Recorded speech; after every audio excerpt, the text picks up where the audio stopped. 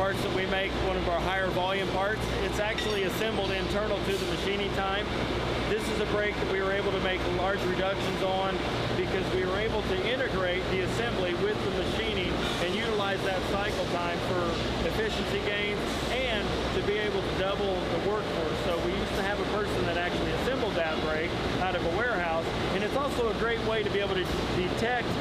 defects